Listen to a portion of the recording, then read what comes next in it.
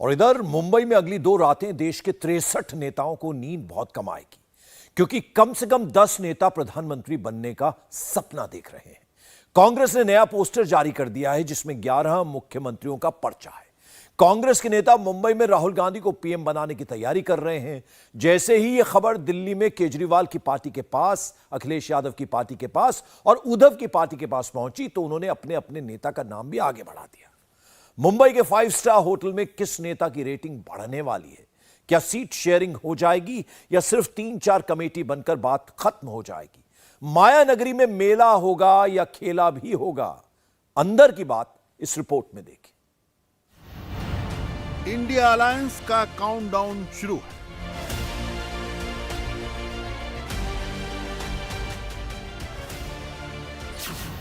इकतीस अगस्त से ग्रैंड हयात में है ग्रैंड शो। एजेंडा सीटों का और संयोजक चुनने का। इंडिया अलायंस अब 26 पार्टियों से बढ़कर 28 पार्टियों का हो गया है। मगर जैसी कि उम्मीद की जा रही थी मायावती भी इस अलायंस में होंगी, तो मायावती ने साफ इनकार कर दिया है। आरजेडी नेता लालू यादव ने मीटिंग के एजेंडे का ऐलान अपने बयान में पहले कर दिया है। साथ साथ ये भी कि मायावती को तो बुलाया ही नहीं गया। एजेंडा रहेगा अब आगे का तैयारी करें हम लोग। चुनाव नजदीक आ रहा है, कैंडिडेट तय करना है, तो सब जगह देख के वर्कआउट करना है। कन्वीनर के रहेंगे नीतीश जी की खड़गे जी? अब कल तय होगा। 24 की तैयारी हो गई है लालू जी। 24 में मजबूती से इंडिया अलायंस चुनाव लड़ेगी, पटकनी दे देगी बीजेपी को। पूरा दे चुके हैं, तब तो मोदी जी परेशान है। कोई रेजुलेशन भी बनने जा रहा है माइनॉरिटी को लेकर, जॉब्स को लेकर कि रोजगार बने, माइनॉरिटीज पर हमला कम हो।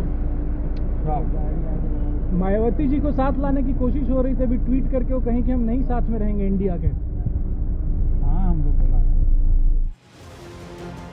मगर मायावती का इंडिया अलायंस में शामिल होने से इनकार अलायंस के लिए एक वर्चुअल झटका है, क्योंकि मायावती सबसे ज्यादा सीटों वाले राज्य यूपी में एक बड़ा घटक है। दरअसल इंडिया अलायंस का पूरा दारोमदार 4 बड़े राज्यों पर टिका है। ये राज्य हैं 80 सीटों वाला उत्तर प्रदेश, 40 सीटों वाला बिहार, 48 सीटों वाला महाराष्ट्र और 42 सीटों वाला पश्चिम बंगाल। यानी 543 में से कुल 210 सीटें। इन चारों राज्यों में सीटों का बंटवारा कॉम्प्लेक्स है, क्योंकि यहां संघर्ष बहुकोणीय भी है। लोकसभा चुनाव के लिए किसी भी गठबंधन में सीटों की शेयरिंग और प्रधानमंत्री उम्मीदवार का चुनाव ही सबसे बड़ा चैलेंज होता है। प्रधानमंत्री पद के दावेदारों पर बात करेंगे, मगर इन 4 राज्यों में सीटों के समीकरण पर बात करते चले। सबसे पहले बात करते हैं यूपी की।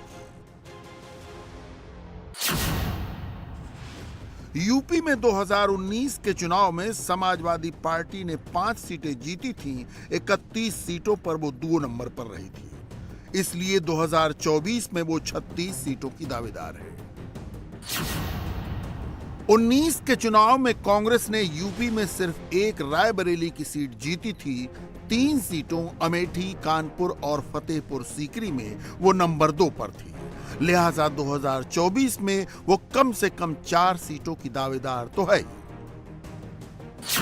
जयंत चौधरी की आरएलडी ने 19 के चुनाव में कोई सीट नहीं जीती, मगर मुजफ्फरनगर, बागपत और मथुरा की 3 सीटों पर वो 2 नंबर पर थी। इसलिए 2024 में वो अलायंस की इन 3 सीटों पर दावेदारी ठोक सकती है। बात करें मायावती की, तो 19 के चुनाव में बीएसपी ने लोकसभा की 10 सीटें जीती थी। 27 सीटों पर बीएसपी नंबर 2 पर रही थी। इसलिए फर्स्ट और सेकंड पोजीशन को मिलाकर वो 37 सीटों की दावेदार हो सकती थी। मगर अब जब मायावती ने ट्वीट कर कह दिया कि वो किसी गठबंधन में शामिल नहीं होंगी, तो ये एंटी मोदी मोर्चे के लिए झटका कैसे है, ये समझिए। इंडिया टीवी CNX सर्वे के मुताबिक अगर मायावती अकेली लड़ती हैं तो यूपी में 0 होंगी, मगर इंडिया अलायंस में मायावती की बहुजन समाज पार्टी भी शामिल हो गई होती तो एनडीए की सीटें घटकर 62 रह जाती और इंडिया अलायंस को 18 सीटें मिल सकती थीं। बहरहाल मायावती के अलायंस में शामिल होने से इनकार के बाद समाजवादी पार्टी के नेता जूही सिंह ने दावा किया है कि प्रधानमंत्री पद का उम्मीदवार तो अखिलेश यादव को होना चाहिए। समाजवादी पार्टी की कार्यकर्ता होते हुए मैं ये कहूँगी कि अखिलेश यादव जी को चेहरा होना चाहिए प्रधानमंत्री का, लेकिन प्रधानमंत्री के चेहरे का निर्णय सभी गठबंधन के इंडिया के दल बैठकर सामूहिक रूप से लेंगे।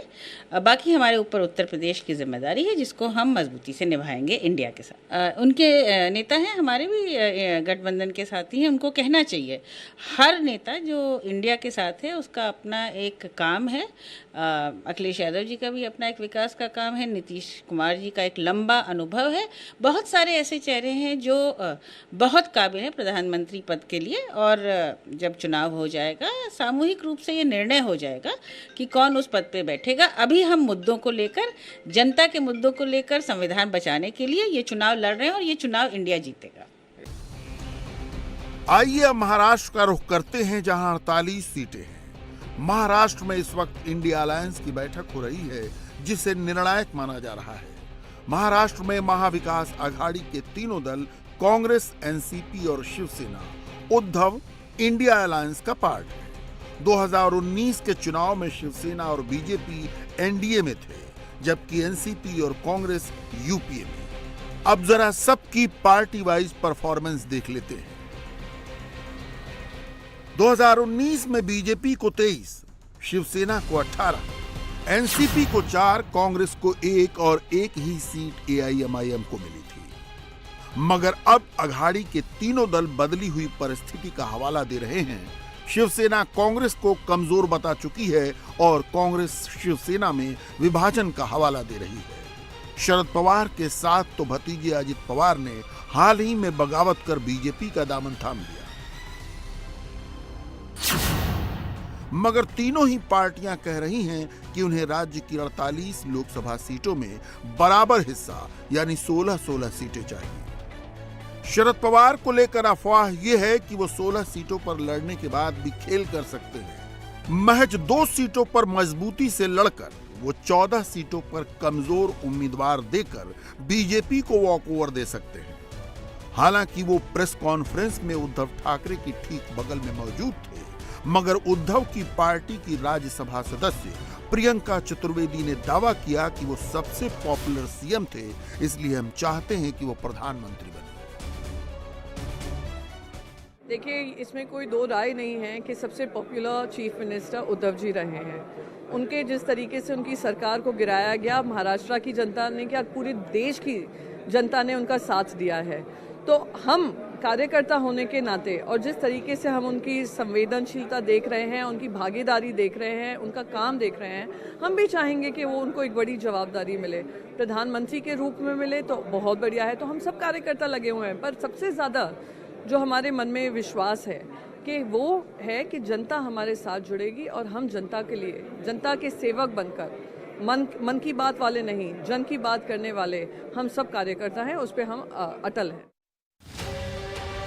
आइए अब रुख कर लेते हैं बिहार का, जहां कुल 40 सीटें हैं। 2019 में नीतीश कुमार एनडीए का पार्ट थे, अब वो एक बार फिर महागठबंधन के साथ हैं। नीतीश कुमार ही इंडिया अलायंस की पहल करने वाले नेता हैं।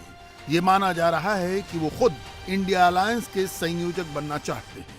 लालू यादव भी चाहते हैं कि नीतीश इंडिया अलायंस के संयोजक बन जाएं और उनके डिप्टी सीएम बेटे तेजस्वी के लिए बिहार का मैदान पूरी तरह साफ हो जाए। अब अगर बिहार के नतीजों के मुताबिक चले तो 2019 में बीजेपी को 17 सीटें मिली थी, जेडीयू को 16 सीटें मिली थी, एलजेपी को 6 सीटें और कांग्रेस को 1। आरजेडी के खाते में निलबटा सन्नाटा था। मगर बदली परिस्थिति में और इंडिया अलायंस में जब सीटों की मांग होगी तो क्या होगा? पहले और दूसरे नंबर के फॉर्मूले के मुताबिक बंटवारा होगा। नीतीश 17 सीटें लड़े थे, 16 जीते थे। एक पर दूसरे नंबर पर थे, इसलिए उनका दावा 17 सीटों पर होगा। लालू 19 सीटें लड़े थे, एक भी नहीं जीते, पर 18 सीटों पर रनर थे। उनकी पार्टी बड़ी है, इसलिए वो भी 16 सीट से कम पर नहीं मानेंगे। कांग्रेस 9 सीट पर लड़ी थी, 1 सीट ही जीती, मगर 8 सीटों पर दूसरे नंबर पर रही, तो उसका दावा 9 सीटों पर बनता है। अब बिहार में सीटें तो हैं कुल 40 और दावेदारियां हैं कुल 42। एडजस्टमेंट तो करना ही होगा। और लेफ्ट जो फिलहाल इंडिया अलायंस का पार्ट है, उसे क्या दिया जाएगा? क्योंकि लेफ्ट अपना एक गढ़ बंगाल में ममता बनर्जी के हाथ गंवा चुका है और ममता बनर्जी अपने गढ़ में इंडिया अलायंस की एक छत्र दावेदार रहना चाहती हैं।